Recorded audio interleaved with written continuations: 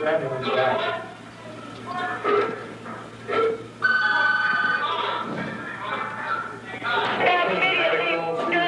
Medical, Cedar 3. Cedar. We need backup, we need medical. We're gonna need SWAT, we're gonna have that. Down here. Get that. Let those guys in. Yeah.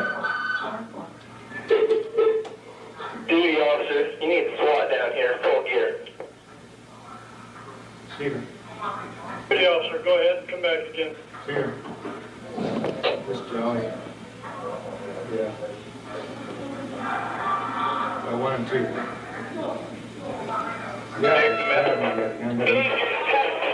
The shank went into 10.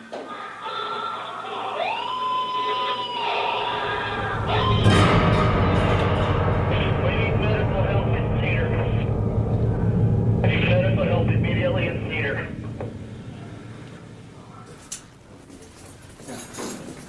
Take these off my feet. Yep. I went into the situation that I'm going to have to kill the guy. I'm not going to hurt him. I'm not going to stab him 2 times and say, yeah, we're even. You know, because the philosophy in prison is, you know, you stab me, I kill you. I just stabbed the shit out of him, you know, until he didn't move anymore.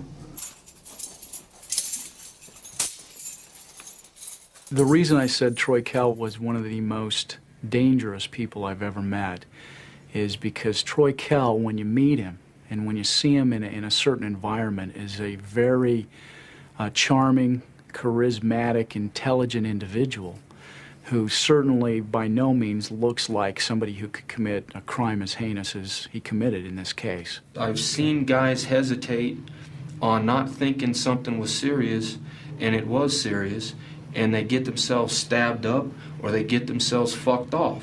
They get themselves killed. All the white supremacists were going, say hi to Troy, make sure, you know, let Troy know that I said hi. And they were given the power, the white power symbol. Oh, sure. So. Well, and they like to mention that too because they want the status that's associated with him and his crime. Because they're looking to Troy, you know, he's our inmate god, and we're going to do anything we can to gain status with him because then that protects us within the institution. So they hold his shanks, they hold his brew, any contraband that he has, and he very subtly manipulates everything. And then to the administration, he wants to represent this clean image. Well, I'm not doing anything. You know, I'm not associated with these guys, but he still has his soldiers going out and performing these acts. Well, that's a good cleanup for them. I mean, they have to say that to really justify doing that to me. I mean, keeping me in the hole, restricting my movements, making sure that there's no real freedom for me to have, and maybe I'm not entitled to that. I mean, it's perspective of the individual. You know, some individuals think that, you know, he shouldn't have anything. Give him some bread and water and put him in a cage somewhere. And that's fine too, but don't expect the guy to be a nice guy and smile and to say thank you for the bread and water every time you bring it. You know, it's a double standard. They expect you to suck ass regardless of what they're running their face about. You suck ass long enough, pretty soon you start choking on shit.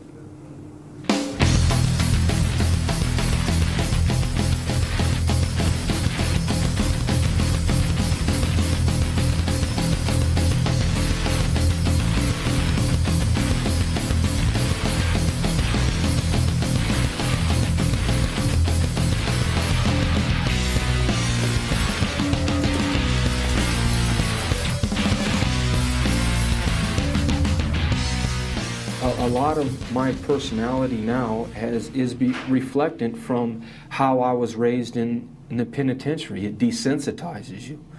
You don't have the human interaction, the contact, understanding or anything. It's structured that everybody's a piece of shit. You shouldn't respect anybody. It's kind of like, you know, just, it doesn't matter.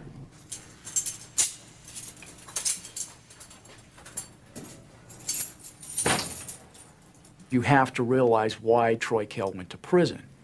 And that being, at 18 years old, he concocts a scheme with a couple of his friends to take a young man he's never met before in his life, a young man named Cotton Kelly, take him out in the desert, take out a gun. Troy Kell takes out a gun and shoots him 6 times at close range in the face, killing him. After the killing, takes his wallet, and they go by a convenience store and buy liquor.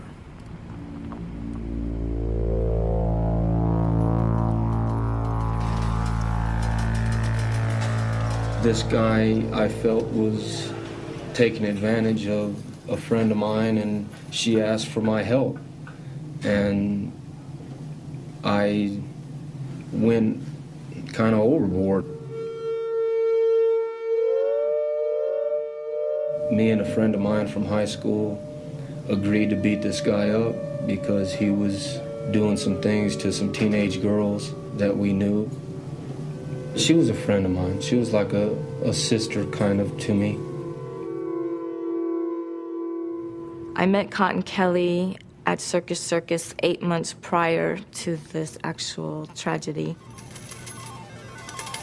He ran some type of adult entertainment business. He wanted me to pose nude for him. He had started following me and calling my house constantly, harassing my family.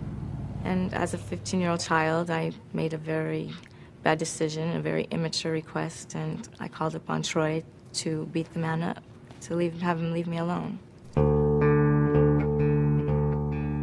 I was raised in Las Vegas, Nevada, middle-class family. I'm the only child. I think I was probably just an ordinary kid on the block. I wasn't any different or anything from anybody else that I noticed. Troy's been a part of our life ever since I first came to Las Vegas, since I was probably like 6 years old. We lived on one corner of the street, and on the opposite street, he lived at the other corner. And me and a couple of friends, 2 little girlfriends, were walking down the street, and him and his little friends were sitting in front of his house on their bicycles. And, they were watching us, googly-eyed, because he's 3 years older than me. So when we got all the way to the end of the street, towards the desert, we turned around and said something real sassy, and they chased us on their bikes, and we ran, and he jumped off his bike and tackled me in the grass, and, it just became like a plaything. And ever since then, he was like, "You're gonna be my girlfriend." And I said, "No, I don't even like boys." Well, Troy used to come over to our house when he was like 7 years old, play with Sandy and Shane in the backyard, or go swimming. He was one of the neighborhood kids. Good kid. My father's into horses and kind of a redneck background, country boy kind of thing, and we had horses and stuff. I was expected to be successful. My family, they're not losers. His father was really, really strict, and I remember one time on his birthday, I think he was turning 13, and I believe I was 10, and I rode my bike all the way to the mall, and I bought him a Nike outfit, and he had to sneak out in his backyard and climb up on the brick wall for me to give him his gift, because he was on restriction. He was always on restriction, and for absolutely nothing. His father must have been very tough on him, very abusive, I believe, with him.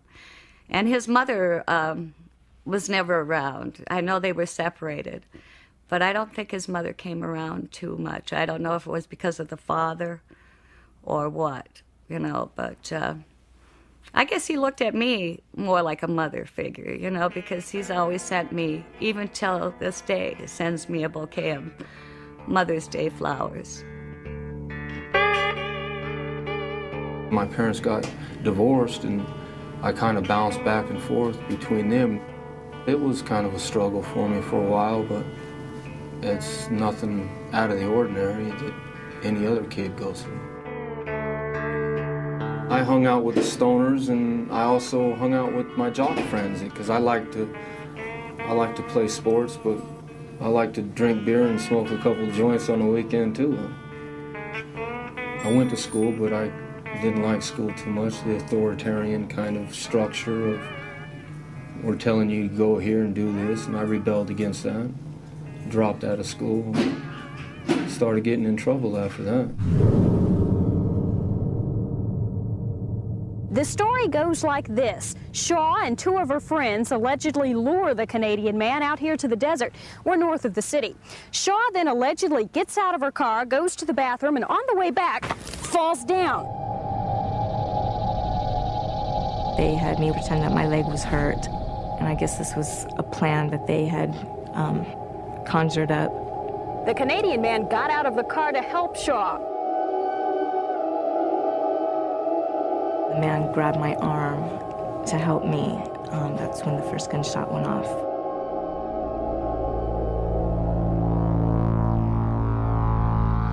For a reason that I can't really understand, I decided to bring a gun and shoot the man and kill him.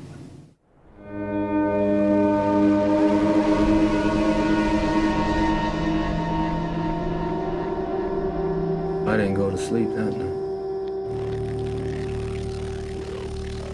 Think about running away? Yes, of course. But why didn't you? I don't know. I didn't have anywhere to run to. You know, I couldn't just keep on running and running.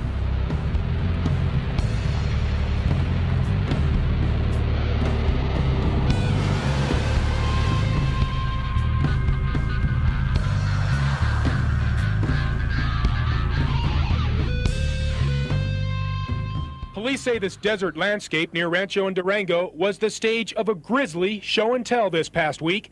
Police say the three suspects spent a week going back and forth here in the desert, showing off the body to their friends. Then one of the small children who had seen the battered corpse got to feeling guilty and told police. Las Vegas Metropolitan Police Department called me at work at midnight and told me that they had Sandy downtown on a homicide. And I thought, oh my God, she hasn't gone through this again.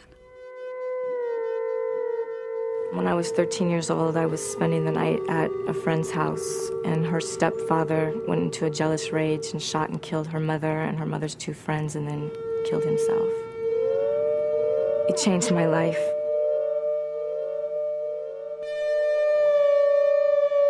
I detached myself from my emotions.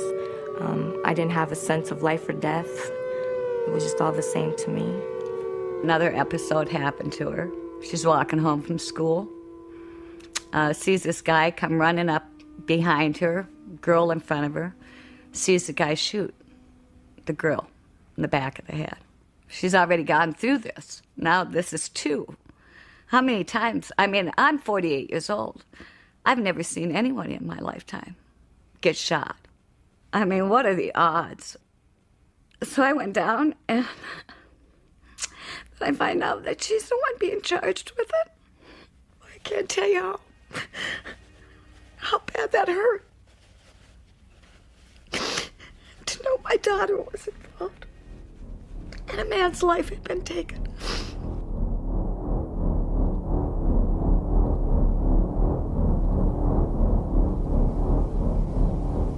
That became known as the show and tell murder. Right. How did you get that name? The girl was in high school at the time, and I wasn't. I had already dropped out of school. She had some girlfriends from school that she knew, that they both knew the man prior, and, you know, kids kind of, I don't know, brag about what happened, you know, remember that guy, and, well, he's, you know, dead out in the desert, and, you know, they don't believe her. So she decided to take him out there and see the guy, and that was kind of the way it went down. The night after Cotton was shot, the next morning, I had gotten up to go to school. I didn't know if this had happened to me, or was I just thinking this happened to me. I wasn't really sure. And so I went back to the scene of the crime, and I seen it from the side of the road.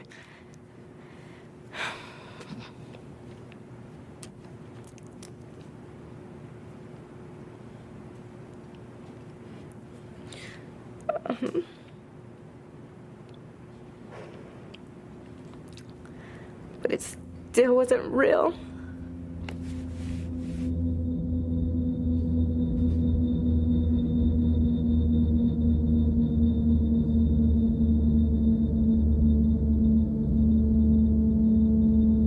Teenager Sandy Shaw testified in her own defense today, staring only at her attorney. Shaw explained how last September, she and 2 older boys drove into the desert with a Canadian man. After the first shot, Cotton moaned and hit the ground. And there was another shot, and then Billy yelled, "Get him down, Troy, get him down." And at the same time that was being said, there was 2 more shots. What did you do? There was nothing I could do. It was all behind. Everything was behind me. I was on the ground. It was all behind me. What did you do? I was screaming.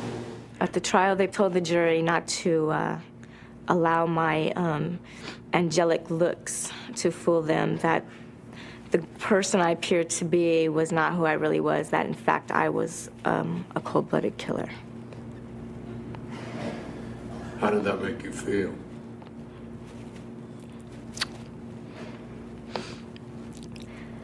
At the time, I really didn't feel anything. Through that whole time of my life, I really didn't feel nothing. How do you plead guilty or not guilty? Not guilty. And charging you with conspiracy to commit robbery, conspiracy to commit murder, robbery with the use of a deadly weapon, and murder with the use of a deadly weapon. How do you plead guilty or not guilty? Not guilty. They offered me a life with the possibility of parole on a plea agreement, and being stubborn and kind of thinking I knew everything at the time, I didn't take it. I thought that 10 to 15 years was the rest of my life at 18 years old. And in reality, it's not. You know, you can start over again.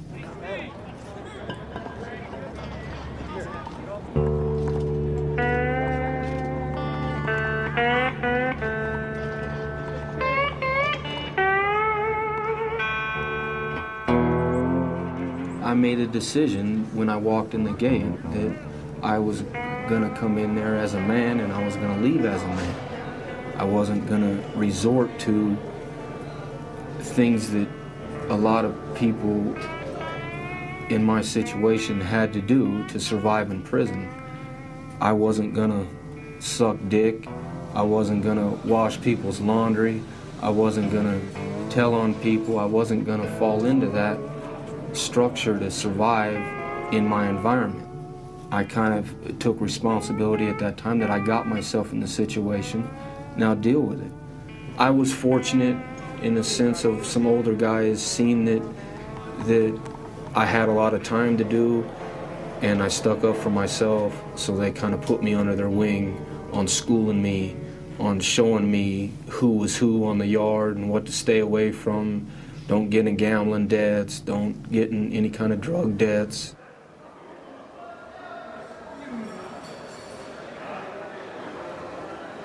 You have predators.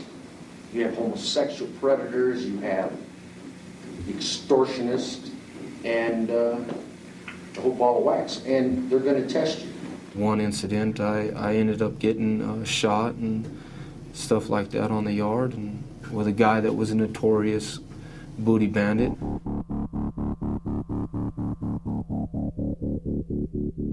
There was an older guy, a black guy, I can't even remember his name, homosexual predator. I was 19 and this guy was in his late 40s, and we were on the yard, and it came to either, you know, he says, if you want respect, you're gonna have to come and get some respect. So I had to make sure that that wasn't going to be tolerated. That meant that you battled for it.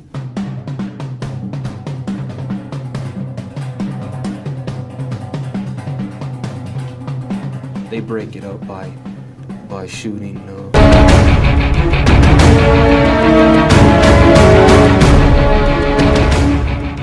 rounds at you. from the waist. It's called skip rounding. I mean, it stopped the fight. It blew me off my feet, you know, because, I mean, you're getting shot by a 12-gauge shotgun from like 30 feet away.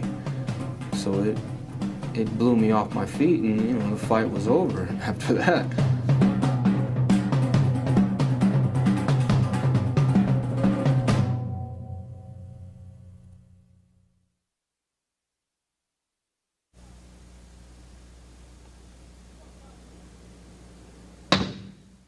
When I arrived at prison, I came to prison for forgery. I forged a $300 check. That's what I was in prison for. I was serving a sentence of a 1 to 15. I wasn't placed in like a minimum security prison for forgers. I was placed in a super maximum security prison for murderers. Eric Daniels was a co-defendant to Troy Kell, and in fact was the individual during the homicide that laid across the victim's leg so as to incapacitate the victim from moving. The ironic thing, had been sent to prison on a 0 to 5, somewhat minimal forgery case, where he had actually taken a check from a local sheriff here, which was his first mistake, and then forged the sheriff's name on his check.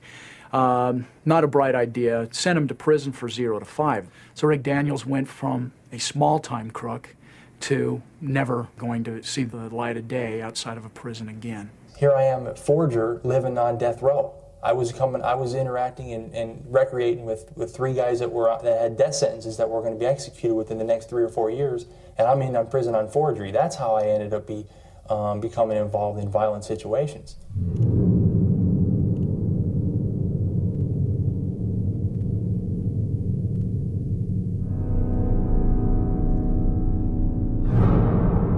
I felt my only avenue for relief was to lash out against the authority, and that's how I became involved with the riot. Don't tell me nothing yet, and we got a deal. Until they fucking fulfill their part of the deal, we ain't racking in, regardless. You feel slighted by the system because you're there in the first place, okay, and then that builds, okay, and that anger turns into resentment and then absolute bitterness. We want our fucking mail. Sorry, guys. I don't think they're that. Then there's Baum and Daniels. See, that was impressive. No way. That's the control room door. The control room.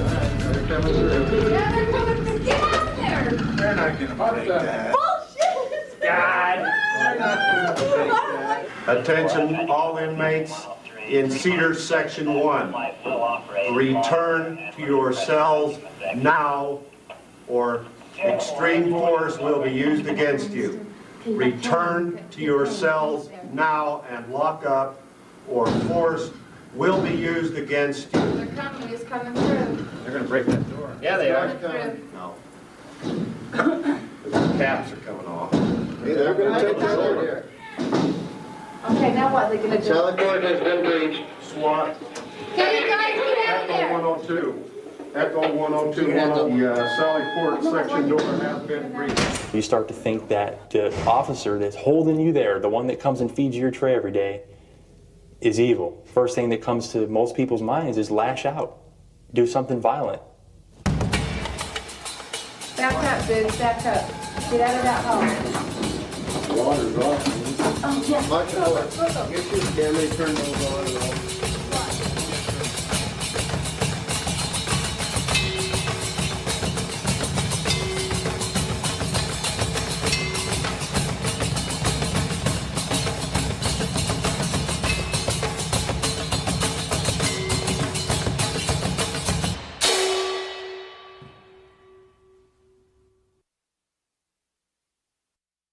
You're in your cell for so long, by yourself, you have no television, no radio, very little contact with the outside world. You develop different symptoms of mental illnesses, paranoid, schizophrenic, anxiety disorders, impulsive behaviors, and because you have absolutely nothing to do in there all day long, I plotted and planned on what I was going to do to the administration when I got out of there. I threw some urine and some feces on her because I couldn't do anything else to her. I couldn't get my hands on her, and so that was the next best thing. It made me feel on top of the world to see her running out of the unit, screaming her head off with feces in her hair and her face.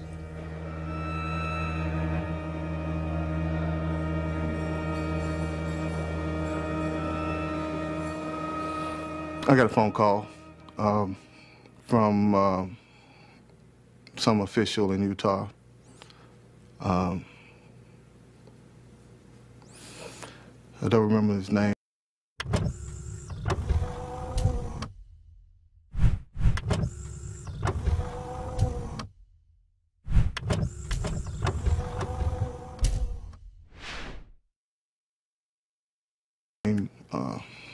But I was, they just told me that that my brother had been attacked by another inmate and that he was dead.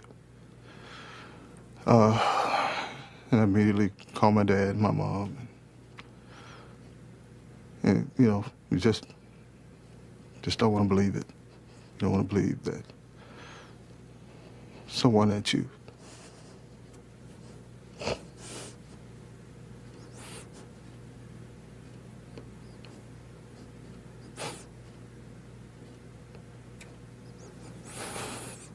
someone that you love is gone. This was a victim who had a quite storied past in Arkansas, had been in trouble with the law, including armed robbery, had some violent tendencies in Arkansas, and in fact had committed some assaults on guards in Arkansas, committed assaults on inmates in Arkansas.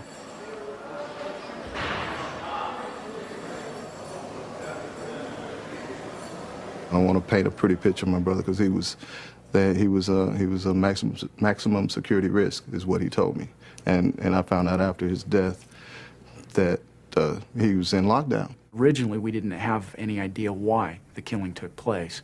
As we got into the case more and more, we did more investigation. One of the more startling aspects of the case was that this was really just some racial hatred. The comments that Troy Kell made immediately after the killing.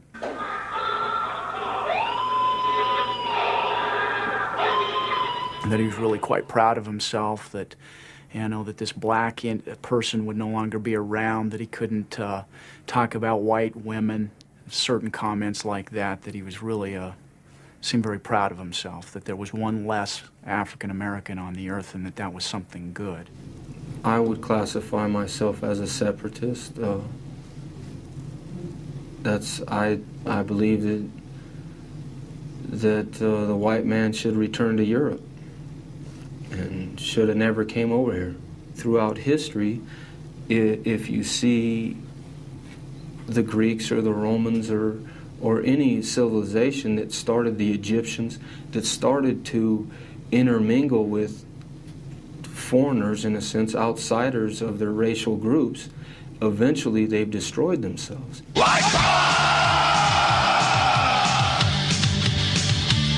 They call me Nazi, and I'm proud and proud. They call me racist, and I shout it out. As we delved into the case, we found out fairly quickly that Troy Kell had very strong beliefs as a white supremacist. The white supremacist group, or gang, if you want to call them that, is significant, and probably the most significant single group or gang we've got in our prison. Prison has a tendency to, force an individual, someone who's impressionable as I was, young, to identify with a group and or a certain ideology, and I found that in the white separatist movement, and I felt like I belonged. I felt like I climbed a mountain, reached, got to the top, planted the flag, and I was home. It's born out of fear. Fear of knowing another race, keeping your distance from another race. With any kind of white guy that stands up for, his people, he's looked upon as some type of racist race hater. And that's not the case. In the majority of the people. Do you hate Jews? No, it doesn't concern me at all. I mean, maybe people's actions is what I don't like. I mean, they might choose to do certain things, but there's more you know, white people that need adjusting than anybody else.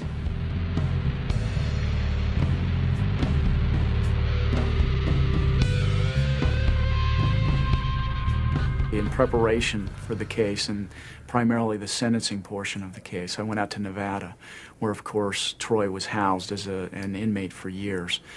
During the course of that, we actually found a letter, and it was a letter that Troy Kell had written probably 10 days to 2 weeks prior to the homicide here in Utah. And he was writing some of his white supremacist inmate friends in Nevada. And in that letter he talked about and actually prophesied that he was going to commit this crime in Utah. Talked about how in his terms, a nappy-headed monkey had been running his mouth, and this nappy-headed monkey was going to get his, and there's going to be pain and suffering involved in that. It was a power trip to begin with, but it had racial overtones to it. The race issue was used to justify the power trips, controlling the action, wanting to control the TV, the ice bucket, where this person lived with who, things like that that happen in prison. It becomes racial only as a secondary consequence. It starts off from greed and profit and control, like anything else. I had a confrontation with him verbally that derived from two other people's fight. That kind of, you know, flowed over to me getting involved with him. And it was kind of agreed between me and him that we were going to take care of it. You know, that any chance that either one of us got, that we were going to deal with the situation.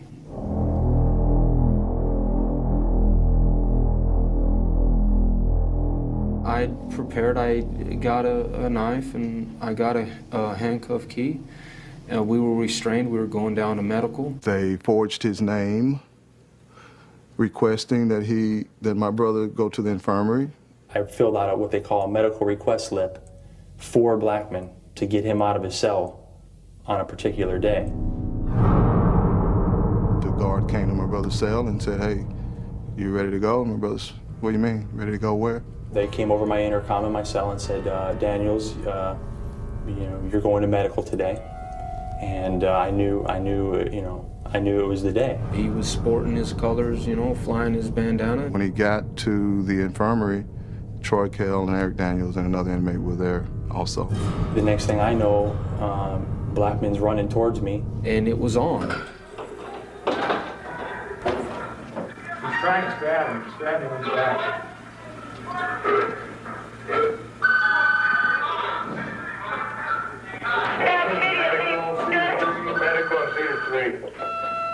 I knew that it was a strong hit because of the color of the blood, and it's dark, and that's a sign that where you got an artery or a vein or something like that. You need SWAT down here, full gear. Stephen. Hey, officer, go ahead, come back again. Here. Where's Johnny? Yeah.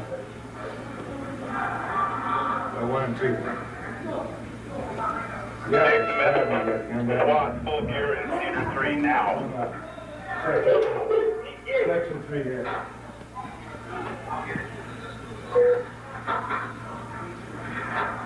Rack in, everybody! Rack in, everybody! Rack in, rack in, rack in. Rack in. Why did you stab him so many times? All I can explain really is that he kept moving.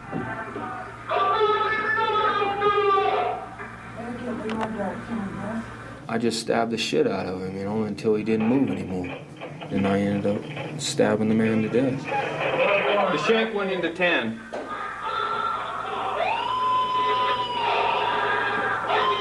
Afterwards, I felt, man, goddamn, why'd you kind of make me do that? Or I didn't weigh in the fact that he was a father or a brother or a son to anybody.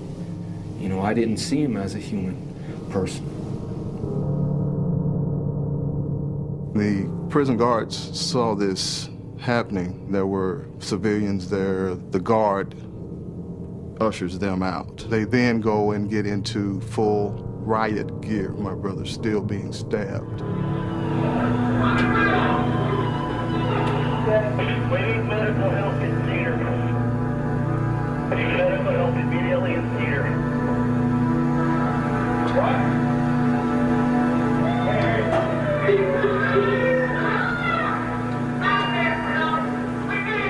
They come in, and then they grab Kel and this other guy. Well, my brother's dying by then. It's just too much time has elapsed.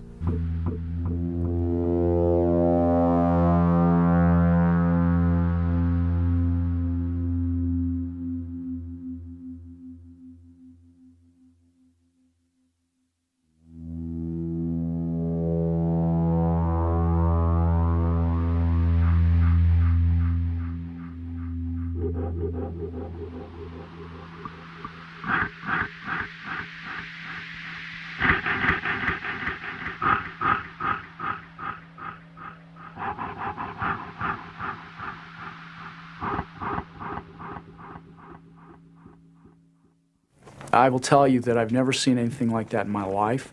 I got more and more horrified the more I watched it, as I had to watch it over and over again to prepare for the case. Actually, to the point where we had to count the number of stab wounds. After watching the videotape, initially, several nights I had problems sleeping. From a prosecutor's standpoint, to have a videotape of the crime is kind of unheard of.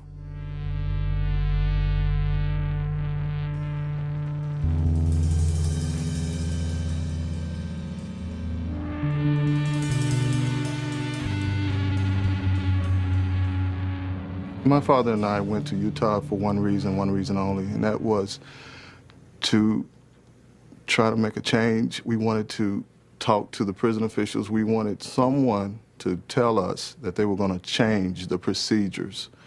That's why we went, to ensure that what happened to my brother didn't happen to another inmate. Troy Kell did take the stand.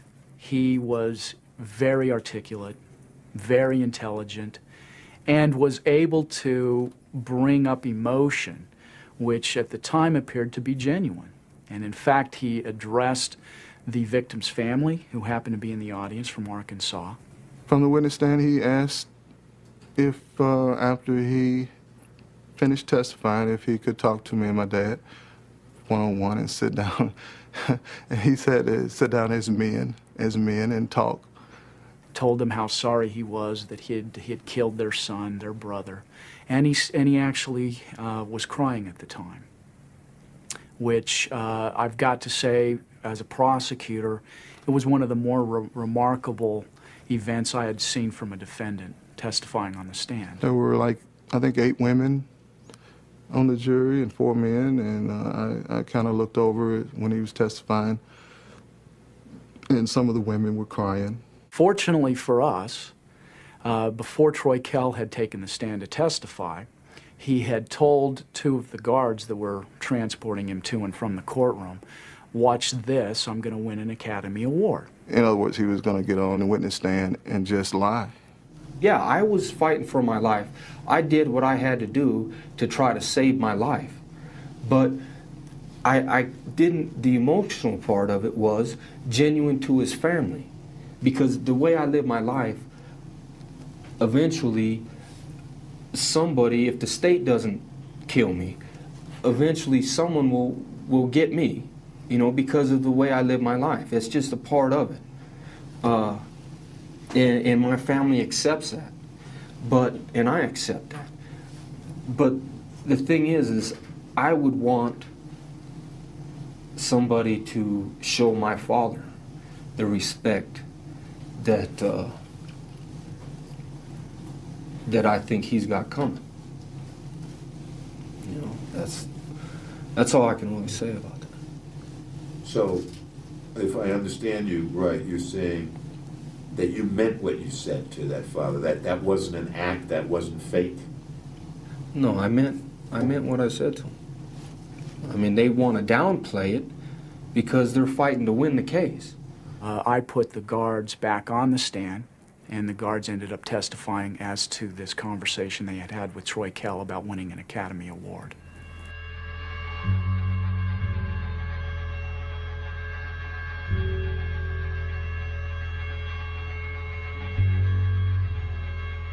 I was subpoenaed to testify at that trial.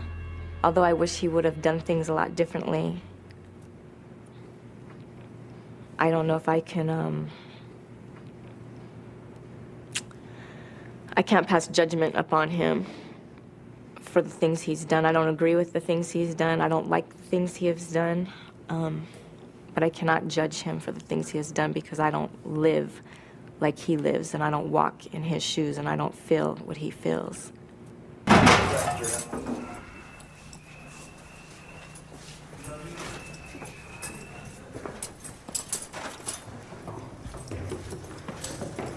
If society has once sentenced him, convicted him to life without possibility of parole for a murder, and he's chosen then in a very brutal fashion to take another life while incarcerated, what other option is available? And realistically, the chance that Troy Kell in the future could commit another homicide while in prison. And I think that was probably the most weighty thing that ended up in the jurors voting for the death penalty. I don't think the death penalty works. You know, there are people who's on death row, and you know, we just recently had some. McVeigh was put to death. Does that stop terrorism? I don't think it will. Does it stop people from murdering and killing and raping? I don't think it will. You know, some of my coworkers say, hey, well, he won't do it again. Well, sure, but that doesn't deter others. There's no punishment on this earth that's going to even come close to what Kell will face when he meets God. That's my personal belief. You can kill him 20 times over, and it won't even come close to what he will suffer in the face of God.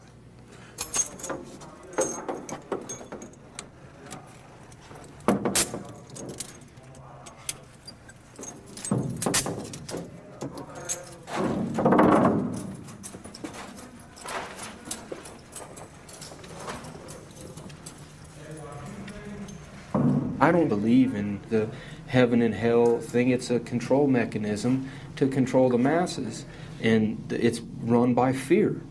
And I don't believe in any fiery pits or any pie in the sky. I think once you're dead, you're dead.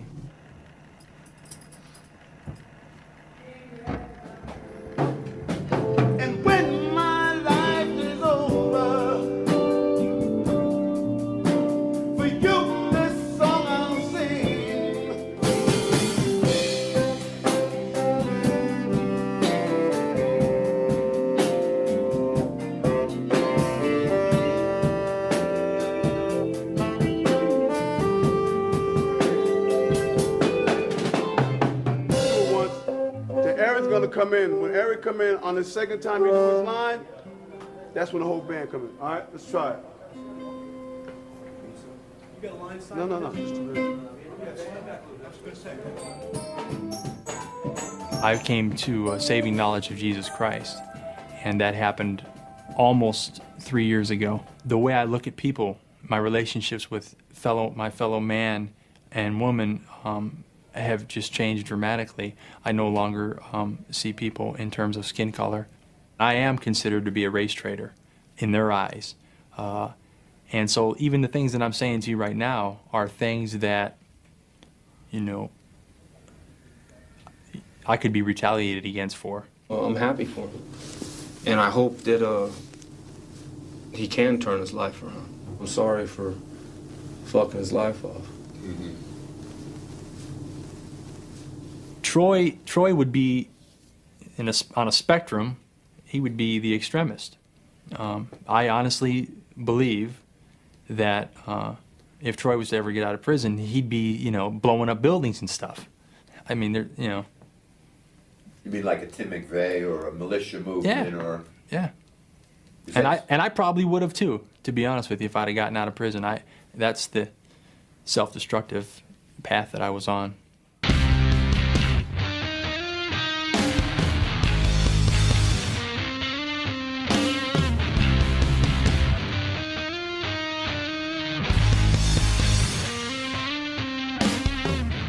the 8th letter of the alphabet is H.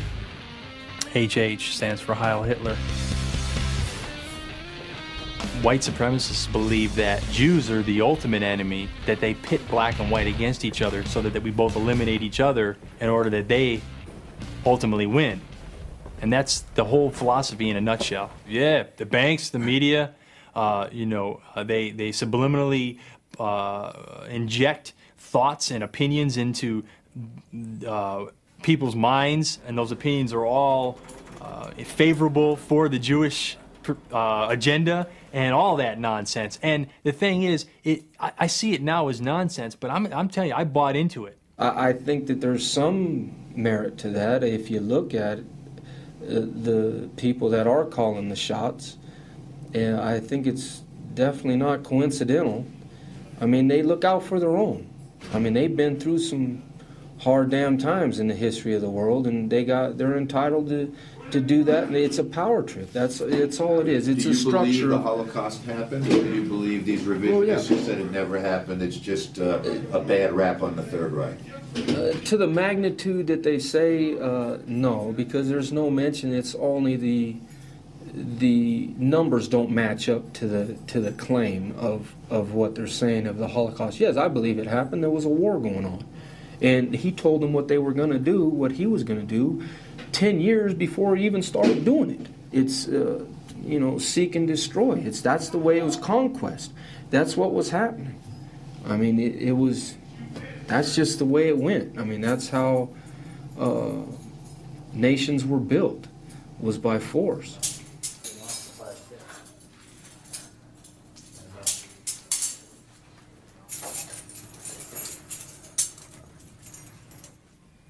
I deserve the death sentence. I didn't get the death sentence. Again, I believe that God intervened in my life, or at least in 2 jurors' minds, and I didn't receive the death sentence. I deserved it, and I got mercy. And Troy didn't.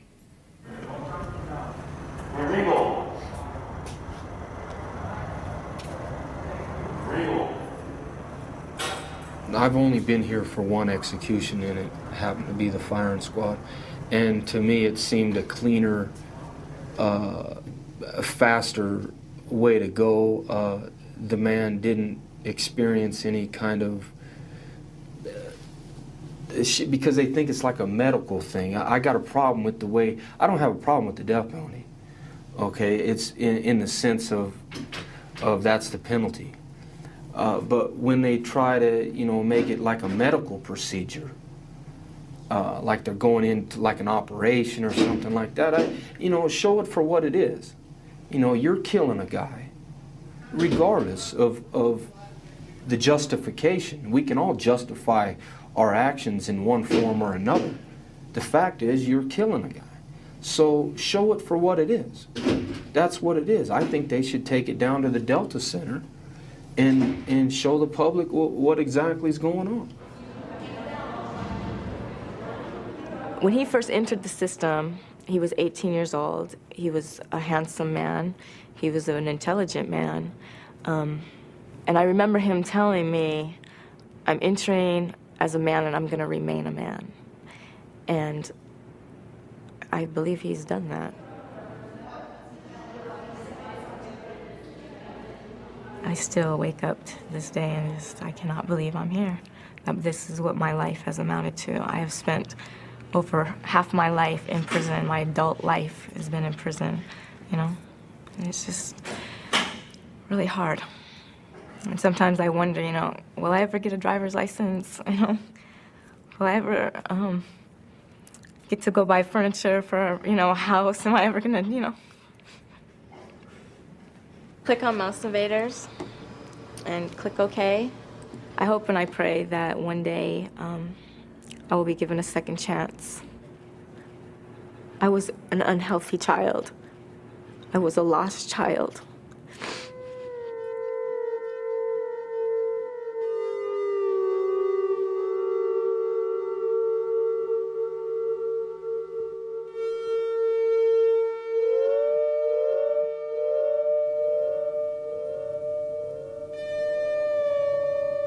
How much longer do you expect to be alive? I don't know. I can't even answer that question. I can't even answer that question. I don't know. I really don't know. I hope a long time, but I go through that all the time.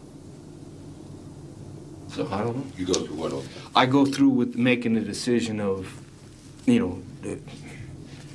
living through this shit or not. Because I fucked my life off. So, I mean, I've been pissed off since I've been 18 years old.